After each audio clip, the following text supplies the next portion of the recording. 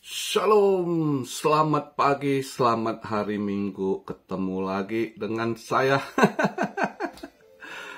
pada pagi hari ini. Seperti kemarin yang saya janjikan, karena udah berapa kali ada yang tanya, kok buat ini renungan mingguan. Ya udah, hari ini ada sedikit waktu sebelum saya nanti berangkat ke gereja, ya kan, saya coba sampaikan sharing buat kita teman-teman seiman di dalam Kristus, apa yang saya dapat, message yang saya tangkap gitu ya. Jadi saya juga sebenarnya dari 3 minggu lalu saya mau buat video, selalu ada kendala, ada hal aja yang buat gua bad mood, gua lagi jadi nggak buat gitu, atau ada kesibukan lain gitu. Tapi hari ini saya coba agak kuat doa, saya ini coba sampaikan, karena saya lihat gini, kita itu harus lebih kuat lagi di dalam Tuhan ya, karena setengah tahun lalu kan saya bahas itu fear, terus agak reda. Ini ternyata menguat lagi, itu si jahat, si setan itu lebih kenceng lagi, dia nebar hawa ketakutan ya. Jadi, dan juga roh perpecahan sangat kuat di mana-mana. Jadi roh perpecahan ini apa ada di mana saja, baik itu di dalam keluarga, di pertemanan, ya kan, di dalam hubungan sesama rekan gitu ya. Itu sangat pekat, sangat gampang terjadi perpecahan gitu, terutama keluarga ya. Roh adu domba gitu ya, itu ada gitu, terutama di Indo memasuki masa politik itu hati-hati. Politikus ada yang ini, beberapa saya lihat itu disusupi roh pengadu domba gitu ya. Tapi saya lihat rakyat Indo udah lebih maju mungkin kan, tapi kita sebagai umat Tuhan selalu doa harus kita patahkan ya.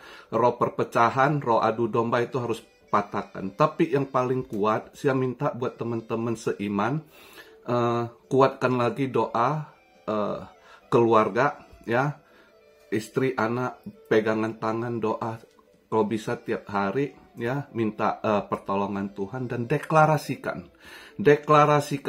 ya, setiap firman Tuhan deklarasikan, patahkan itu dengan kuasa darah Yesus, dengan nama Yesus, nama yang berkuasa di atas muka bumi ini ya. Itu yang harus kita lakukan, karena ini ke depan di mana saja akan banyak terjadi perpecahan, kericuan, dan anarki ya. Anda akan lihat ini berita kan kadang karena media masih dikontrol sama mereka, banyak hal yang terjadi nggak mereka ini kan, padahal udah mulai kriminal, chaos, anarki, misalnya di Prancis gitu ya, itu terjadi gitu ya. Di US juga meningkat tajam, nanti ke depan lebih lagi gitu.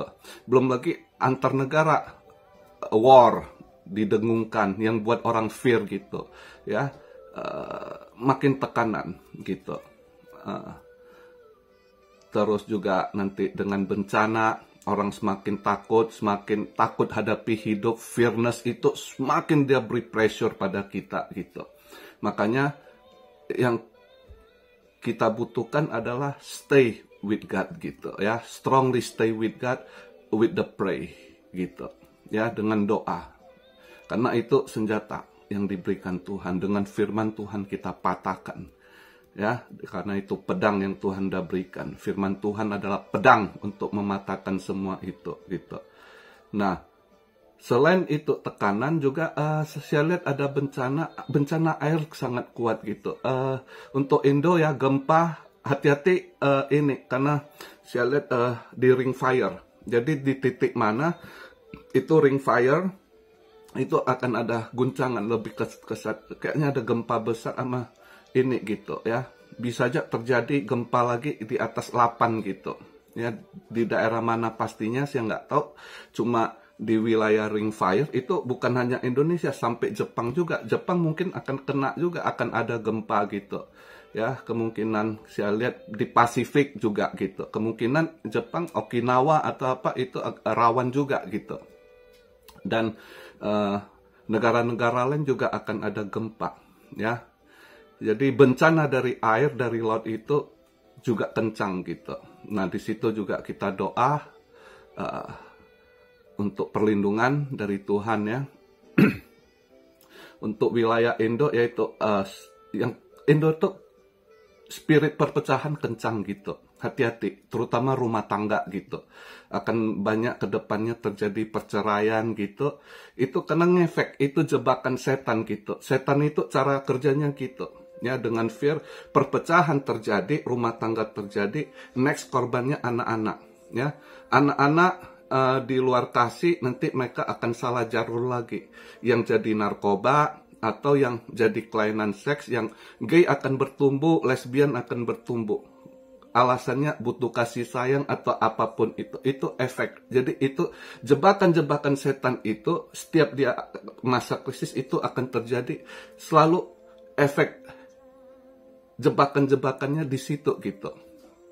Ya, jadi hati-hati buat kita sebagai umat Tuhan, perhatikan ini baik-baik, jaga baik-baik keluarga. Ya, apalagi di Indo ada sebagian etnik ras yang sebagai bapak atau orang tua itu komunikasi dengan anak kurang atau straight kasar gitu, itu yang harus dirubah juga gitu.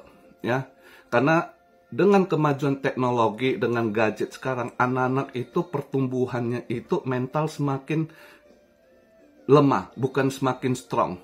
Mulut mereka semakin strong, kasar, tapi mental down. Itu yang terjadi. Karena itu semenjak gadget-gadget ini, itu generasi terbangun yang begitu, ya, mental yang lemah. Nah, kita sebagai umat Tuhan, pengikut Kristus harus sadari itu. Di situ di gadget ini ada jebakan. Sisi positifnya ya zaman butuh ini kita kerja semua, tapi harus kita sendiri harus sadar ada jebakan juga di situ, di mana kita harus kontrol itu gitu. Ya. Nah, di situ makanya sebagai orang tua saat ini apalagi kondisi ekonomi atau itu kita harus perhatikan, harus sadar betul bagaimana treat kepada anak-anak, keluarga gitu ya. Karena itu akan berefek gitu. Karena sekarang ini banyak kalau dilihat, kalau saya lihat sendiri, ada tren yang berubah di dunia ini. Misalnya di Cina gitu ya. Di Cina belakangan ini, banyak anak-anak muda ganteng, cari pacar, nggak mau yang lebih muda dari mereka. Mereka mau cari yang lebih tua, lebih dewasa dari mereka gitu. Jadi tanya, kenapa lu sekarang mereka cari cece, katanya gue mau cari. Dia bilang, mereka kalau cari yang lebih muda, katanya gue capek, gue harus istilahnya gue take care, gue ini itu. Sedangkan kalau dia cari yang lebih dewasa, lebih mapan, itu dia di take care gitu. Mereka butuh kasih sayang istilahnya. Nah, itu tren terjadi. Di Indonesia juga tren terjadi, anak-anak muda malah sekarang banyak seneng cari janda gitu. Itu banyak perubahan yang terjadi. Nah, itu kita sebagai orang tua harus sadar itu. Ya, sebagai orang tua harus tahu apa yang terjadi. Nah, bagaimana antipasinya. Pertama memang komunikasi gitu. Ya, komunikasi keluarga sangat penting. Ya. Terus sebagai orang tua bagaimana membangun iman anak, kekuatan iman ya di dalam Tuhan. Itu yang utama sekali, sehingga tidak gampang terpengaruh dan tidak gampang disusupi dengan roh-roh begitu, ya. Nah, itu yang bisa saya sampaikan di hari Minggu ini, itu yang perlu kita perhatikan, yang kita harus kuat kita patahkan, yaitu doa perpecahan, roh perpecahan, roh adu domba, roh ketakutan. Ya, itu 3 harus benar-benar dipatahkan karena itu yang akan lebih menekan, yang akan lebih terjadi gitu. Untuk tahun ini, nah terus juga ya bencana masih ini ya akan terjadi. Hati-hati, kalau politik nggak usah tahu, akan banyak perubahan terjadi ini. Banyak pemimpin-pemimpin negara yang akan jatuh gitu. Ya, misalnya kayak Prancis itu Emmanuel Macron kelihatan nggak lama lagi pokoknya yang jahat akan dibersihkan gitu. Jadi New World dia mau reset, ya kan? Si jahat mau reset ke arah yang justru Tuhan yang berkuasa, Allah Bapa akan reset mereka kembali gitu. Jadi sistem ini yang akan terjadi. Nah, ini satu lagi saya mau kasih masukan, mungkin di Indo banyak terjadi. Jangan ikuti kalau ada gereja atau pendeta yang asik bahas kiamat udah dekat, atau apalagi yang hitung-hitung kapan akan terjadi, itu nggak ada yang tahu. Tapi yang udah jelas, Tuhan akan reset. Sistem Babylonian ini akan runtuh, ya. Sistem Babylonian ini akan runtuh. Tuhan akan buat sistem baru. Bagaimana cara kerjanya saya nggak tahu.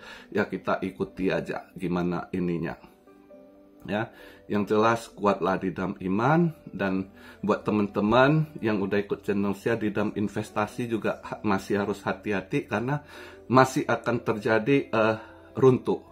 Beberapa perusahaan besar, saya nggak bisa sebut namanya, apa yang saya lihat itu saya tahu akan runtuh, termasuk bank, masih ada bank besar akan runtuh, akan ketahuan bank itu kekotorannya, ya, kejahatan-kejahatan yang dibuat juga gitu, ya. Jadi kita masih harus hati-hati gitu. Ada uang simpan emas. Ya, emas lagi agak turun, belilah emas, perak, ya. Karena kalau ini ekonomi dunia ambruk, karena selama ini kan kalian lihat berita dedolarisasi, mereka mau jatuh. Tapi yang akan terjadi ambruk nanti, gold standard akan kembali. Nah, saat gold standard terjadi, maka harga gold akan tinggi gitu, ya. Dan kemungkinan perak yang selama ini dikontrol, dimainin sama mereka, harganya disetel, kemungkinan kalau kali ini anjlok, mereka yang kolaps juga, banyak globalis akan kolaps, ya. Perak juga akan melambung gitu. Jadi simpan itu, ya. Pelan-pelan ini nabung, pas lagi ada diskon beli, simpan aja gitu. Jadi lihat aja ke depan apa yang ini. Yang penting sebagai hamba Tuhan, kita pengikut Kristus, harus kuat, harus satu, jangan terpengaruh. Karena Anda akan lihat banyak sesama pendeta juga saling hujat. Nah, di situ akan ketahuan yang suka hujat, yang bilang sesat, yang tidak alkitabiah, sebenarnya dia sendiri itu sudah tersusupi dengan roh-roh ini, pemecah, pengadu domba gitu. Nah, di situ kalian harus jelas gitu. Ya, hati-hati, ya, ikutilah ajaran pendeta-pendeta yang benar, yang mereka tahu arah. Karena begini, kalau pendeta yang benar-benar dapat hikmat dari Tuhan, mereka tidak akan saling serang, tapi justru mereka akan terus bekerja karena mereka tahu saat ini adalah panen. Karena seharusnya saat ini para pendeta yang ini giat, mereka harus ini terus bekerja karena masa panen sebenarnya. Banyak yang harus dituai. Tapi kalau ada yang pendeta cuma duduk di YouTube, cuma bahas-bahas, and then terus hujat sana, hujat seperti dia paling hebat, itu Anda jangan ikuti, karena di situ sudah ada, Anda akan terimbas dengan roh perpecahan. Ingat itu pesan saya, ya, ikuti yang benar. Sekarang banyak Anda ikut YouTube gitu, ada juga yang ini. Bisa aja Anda ketahuan kalau mereka buat YouTube untuk cari dari judul aja dengan clickbait, ya. Dengan itu aja akan ketahuan bahwasanya ini orang cari materi dengan jual firman Tuhan gitu, ya. Itu sedikit masukan dari saya, tanda-tanda yang begitu. Jadi paling utama itu kita pribadi bangun hubungan dengan Tuhan, ya. Itu yang paling utama di rumah kita, keluarga kita. Kondisi saat ini itu yang paling penting. Membangun hubungan dengan Tuhan di dalam keluarga kita pribadi gitu. Oke. Jadi itu aja masukan saya di renungan ini, sharing saya buat kita teman-teman seiman. Semoga apa yang saya sampaikan dapat lebih menguatkan kita sesama. Ya, ingat, jangan pernah komplain, apapun yang terjadi walaupun agak susah, jangan pernah komplain ke Tuhan. Tapi kita introspeksi lagi, di mana kekurangan? Oh, saya harus oh, saya harus lebih dekat, saya harus lebih intim lagi dengan Tuhan gitu. Itu bukan kita komplain ke Tuhan, jangan. Karena itu yang si jahat mau kita lakukan. Tapi kita yang tahu, kita jangan lakukan, justru kita harus makin intim. Karena itu yang Tuhan mau. Tuhan izinkan banyak hal akan terjadi. Sebenarnya kenapa? Tuhan juga mau kita cari Dia. Seperti misalnya ini, satu lagi yang saya bisa sampaikan. Mungkin ke depannya, mungkin bulan 11, Middle East juga banyak bencana gitu. Badai pasir atau apa, saya lihat gitu. Juga di mana ada siasat tersembunyi yang ingin menghancurkan serang Israel, itu Tuhan akan patahkan batal. Tapi di satu sisi lain, di situ juga banyak sebagian yang mereka akan terbuka mata. Kenapa sudah lama saya teriak Tuhan saya serang, tapi selalu Israel dilindungin. Mereka akan ini, ya, seperti Iran gitu ya. Iran itu kedepannya pemerintahannya saya lihat akan rontok. Syria juga, ya, ada beberapa Middle East country akan down. Tapi ada juga yang akan jadi pengikut Kristus, ya. Jadi itu aja sedikit yang bisa saya sampaikan. Kiranya hari ini, renungan minggu ini dapat menguatkan kita sesama, lebih kuat, lebih terbangun iman kita di dalam Kristus. Oke. Selamat berhari Minggu. Salam Siario dari Tokyo. God bless you all. Jesus bless you all. In the name of Jesus, amen. Haleluya. Amin.